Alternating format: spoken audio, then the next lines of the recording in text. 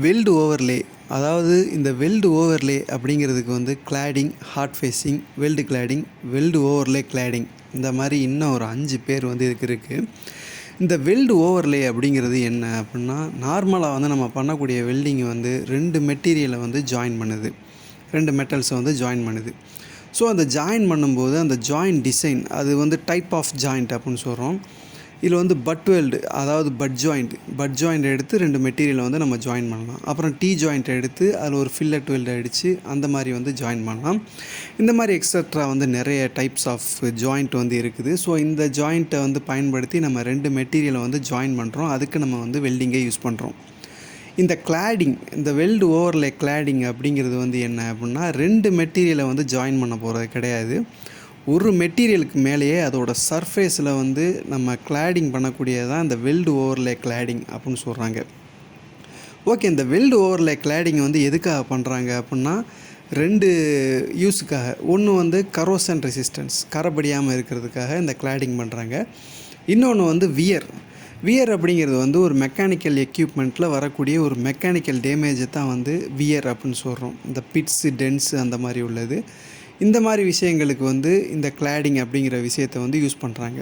Okay, இந்த cladding வந்து எந்தெந்த மாதிரியான காம்பனன்ட்ஸ்லாம் வந்து பண்ணுறாங்க அப்படின்னா, பைப்பிங்கில் பண்ணுவாங்க, வால்வ்ஸில் பண்ணுவாங்க, ஃபிட்டிங்ஸில் பண்ணுவாங்க, அப்புறம் வெசல்ஸில் வந்து இந்த கிளாடிங் வந்து பண்ணுவாங்க.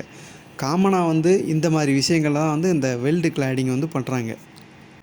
இந்த கிளாடிங் பண்ணக்கூடிய மெட்டீரியல், அதாவது இப்போ சர்ஃபேஸ்ன்னு நான் முதலே சொல்லியிருப்பேன். இப்போ ஒரு கார்பன் ஸ்டீல் இருக்குது. அந்த கார்பன் ஸ்டீல் மேலே ஒரு கார்பன் கிளாடிங்கே வந்து கொடுக்கலாம். இதுவே அந்த கார்பன் ஸ்டீல் மேலே ஒரு ஸ்டெயின்லெஸ் ஸ்டீலோட கிளாடிங்கும் வந்து அதில் கொடுக்கலாம்.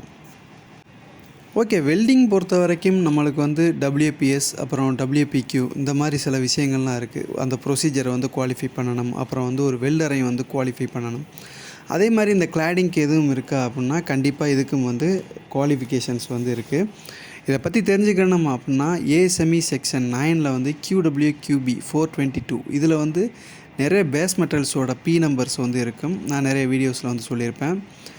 அப்புறம் இதுக்கான ஃபில்லர் மெட்டல் என்ன அப்படின்னு தெரிஞ்சுக்கணும்னா QW 432, அதாவது அதே ASME செக்ஷன் 9ல் தான் நான் சொல்கிறது. அதில் செக் பண்ணி பார்த்தோம்னா அதோட ஃபில்லர் நம்பர் என்ன செலக்ட் பண்ணுறது அப்படின்னு நம்ம கண்டுபிடிச்சிடலாம். அதுக்கப்புறம் ஏ நம்பர் நம்மளுக்கு தெரிஞ்சுக்கணும் அப்படின்னா QW 442, அதே ASME செக்ஷன் 9ல். இதுக்கப்புறம் நம்ம இந்த வெல்டு ஓவர் கிளாயை பற்றி நம்ம தெரிஞ்சுக்கணும் அப்படின்னா QW 214 அதில் நம்ம பார்த்தோம்னா தெரியும்.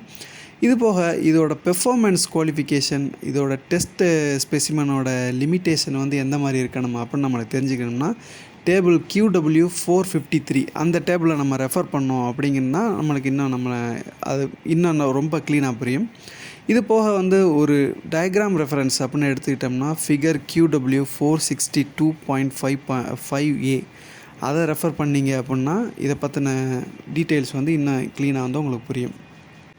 இதுக்கு எந்தெந்த மாதிரியான வெல்டிங் ப்ராசஸ்லாம் வந்து யூஸ் பண்ணி நம்ம இந்த கிளாடிங் பண்ணலாம் அப்படின்னா, CO2 வெல்டிங் பண்ணலாம், அதாவது மெட்டல் ஆக்டிவ் கேஸ், அப்புறம் மிக் வெல்டிங், மெட்டல் இனர்ட் கேஸ், அப்புறம் வந்து SMAW வெல்டிங், அப்புறம் சப்மெர்ஜ்டு ஆர்க் வெல்டிங், இந்த மாதிரி வெல்டிங் ப்ராசஸ்லாம் வந்து யூஸ் பண்ணி இந்த கிளாடிங் வந்து பண்ணலாம். பட் மோஸ்ட் காமனாக வந்து பண்ணக்கூடியது வந்து SMAW shield metal arc welding process தான் வந்து இதில் யூஸ் பண்ணுறாங்க.